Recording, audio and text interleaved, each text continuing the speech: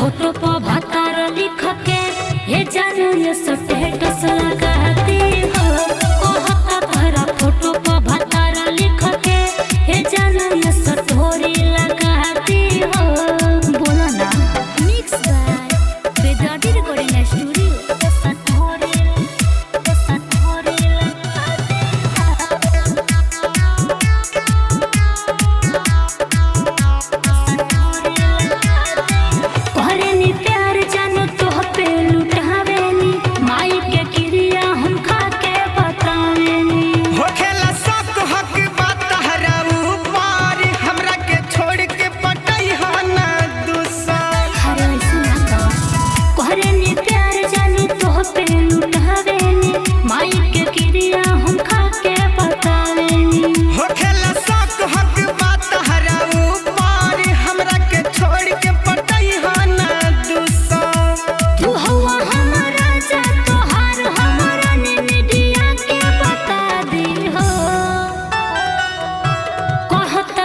Photo पर भतार लिख के हे जानू ये स्टेटस लगाती हो।